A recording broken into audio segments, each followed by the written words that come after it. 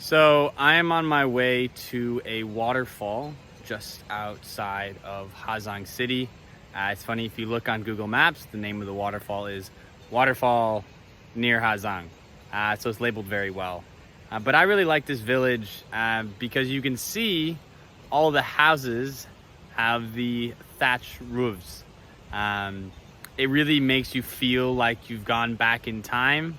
Let's just see behind me. Sorry, I don't have the gimbal right now.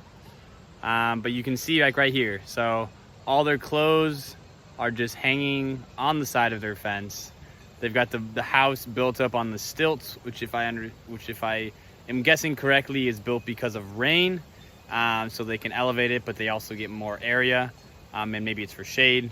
But anyway, so bedrooms are going to be inside there. So that's actually a window. And yeah, so these are the roofs. One of the problems that they encounter with these houses is that they actually catch on fire really easily because it's just extremely dried out material. So some places actually have metal underneath the material so that they don't catch on fire as easily. But a really, really cool place. And yeah, just one of these places that's really special to me. I was able to spend 2.5 months in Ha Giang, and this is one of the places that I came with a really good friend of mine, actually near the end. So really awesome place. Gonna go check out the waterfall, and yeah, we'll just roll from there. Also, one thing I forgot to mention in that is that the people that live here in what I'm gonna call a village, maybe it's even a hamlet, they are absolutely an ethnic minority. I'm not sure what ethnic minority they are. This probably isn't the only place that this ethnic minority lives, but this is definitely going to be filled with people that are of an ethnic minority out here. So there's lots of pockets of these just in Ha Giang, at least Ha Giang City, and then throughout the entire province of Ha Giang. But yeah, it's really, really cool to see the ethnic diversity. It's not just Vietnamese people, right? In the same way that, let's call it North America, right? We have the Sioux, the Dakotas, the Apache, right? We've got different tribes, right? So those would be, in a sense, minorities of the Native American population. Here it's much the same. So pretty interesting.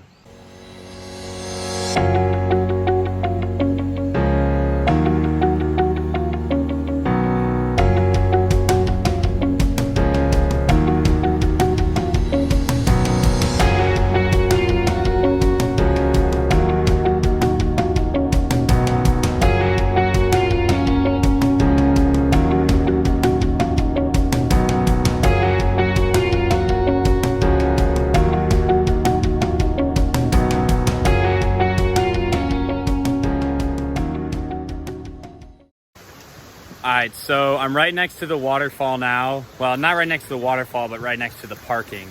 But this is a really cool spot right before you get there, where there's a water wheel you can see right behind me that's running. And then there is another water wheel behind me over here. This one's actually not spinning right now, which I believe is because the water level is not high enough to actually spin it. I can't explain why the water wheels are here. I've tried to look at it. You know, the water catches inside the tubes and then it spills out, but it basically just goes back inside of the, into the river. So it doesn't look like it's being used for electricity as far as like something that's hydroelectric, but it is pretty cool. And then I'm actually on this funky little bridge. Let's see. There it is. And then around us, let's see, we've got up there, maybe you can see, let me zoom in. No, I can't zoom in. Okay, well, there's some water buffaloes walking around over there. There's some chickens walking around, and then as you see, there's smoke. Here, they can basically burn anywhere they want. The environment is so wet that they just burn all of their trash for the most part. And so it's a really interesting smell, especially in these areas. I get it. And it's one of those smells that will stick with me for the rest of my life and will actually remind me of this specific village.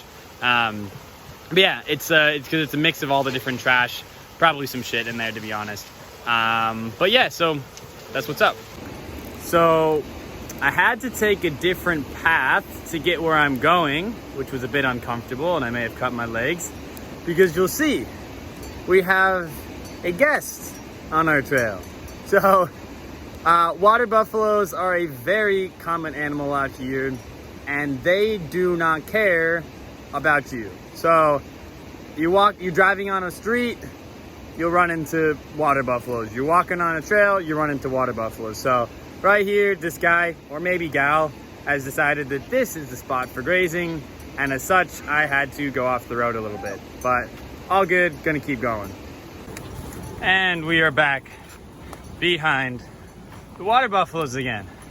But they're great leaders. They showed me the way up and out of the river. So now we're up here. Beautiful grass area. Very nice. Alrighty.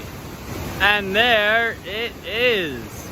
It's crazy. So I was here last time and there was only one waterfall up there. There was not this whole double waterfall V action thing going on. So it's crazy to see. You see down here, we've got this big pool of water and you got these mini waterfalls that lead up there. So last time, me and my friend, Quid, we actually climbed up this and climbed up that, swam around there and sat underneath those waterfalls. That will not be happening today. Will not be happening today. So that just shows you the difference between dry season and rainy season. I'm gonna see if I can actually throw in a photo in here to show the difference.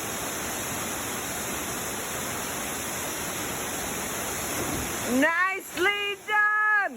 But yeah, super crazy. It made it a lot more of a treacherous journey to get here, especially with the new equipment that I have, that whilst in a waterproof bag itself is not waterproof. So really doing my best to have crossed the rivers, but we made it here. I'll still have to go back, but very nice. I thought I was gonna kind of go for a bathe in the calm waters. Not sure we've got that anymore, but all good. Super beautiful waterfall up in an area that's really not the most accessible. So that's it.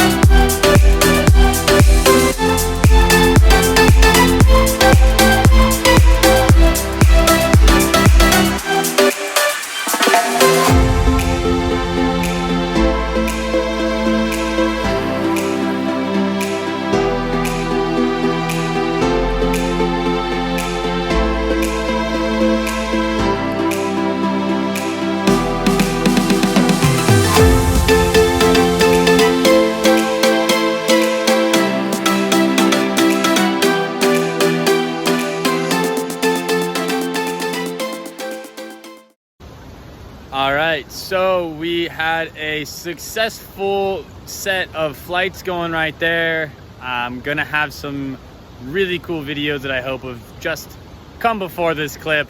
I do have to go across that water crossing again, so if I don't get to post those clips, that's because my drone went tumbling into the water and I will be very sad. So I'm hoping that's not the case. I just had such an amazing experience getting to really go and explore with the drone. I was able to see above a waterfall that I'd never seen above before, and then just the views of the rice paddies from above was really special, to be honest. So Really excited about it. That was my first time really using the drone.